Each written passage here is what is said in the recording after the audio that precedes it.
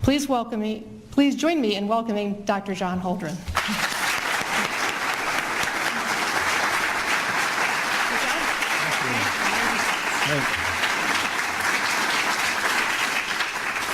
Well, thank you very much. Great pleasure to be back in this room where I gave a number of speeches in my official capacity. They were necessarily somewhat more restrained than today's remarks will be.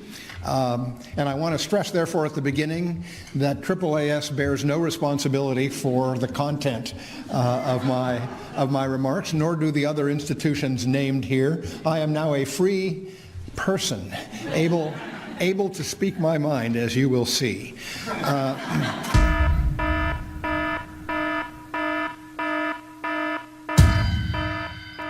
Some obvious challenges under the new regime. Can we keep science in its rightful place, in the meaning it had under President Obama? The cultivation and use of STEM talent in government, evidence-based decision-making, scientific integrity and transparency, public access to federal research, federal support for STEM education. We have to ask, will we be able to do that under President Trump?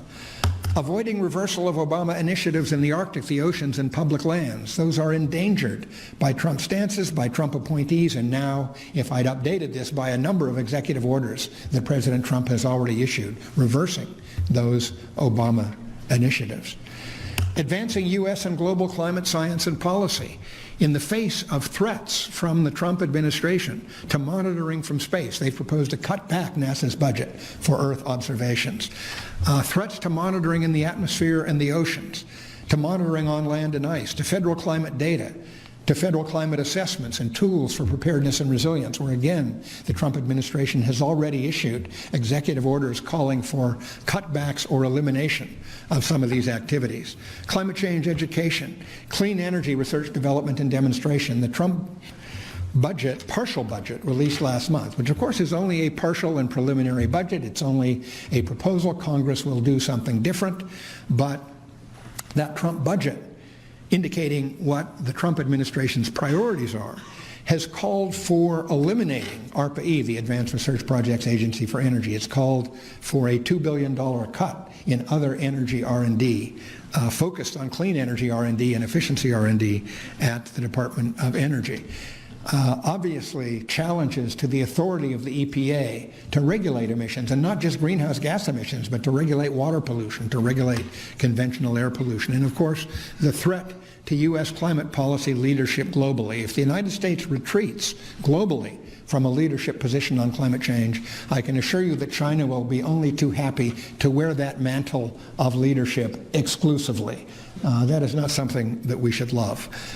I think it's now even more likely to happen, and that's again, I think, reflected in the enthusiasm for the Science March to take place tomorrow, is that scientists and engineers and innovators are coming to understand that they have to become activists, that they have to speak up, that their voices have to be heard.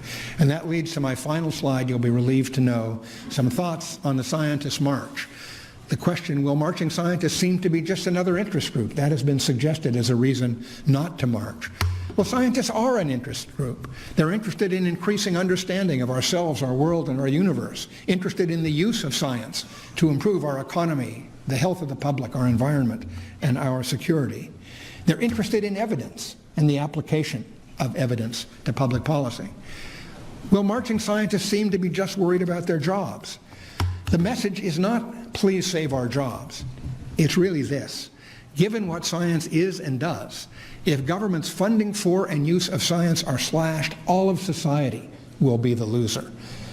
You know, contrary to some of the arguments made on the other side, most scientists are not in it for the money. If they were all that interested in their salaries, they'd be in another line of work. You all know that.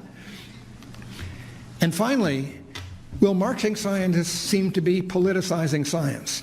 I think this is quite crazy as an argument. Science is already politicized. That means that the government's decisions about how to fund, assist, encourage, and use science are made in this country in a political process.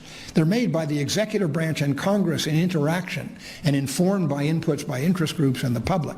Scientists surely have no less right and no less responsibility than any other group to ensure that their voices are heard in this process. Thank you very much.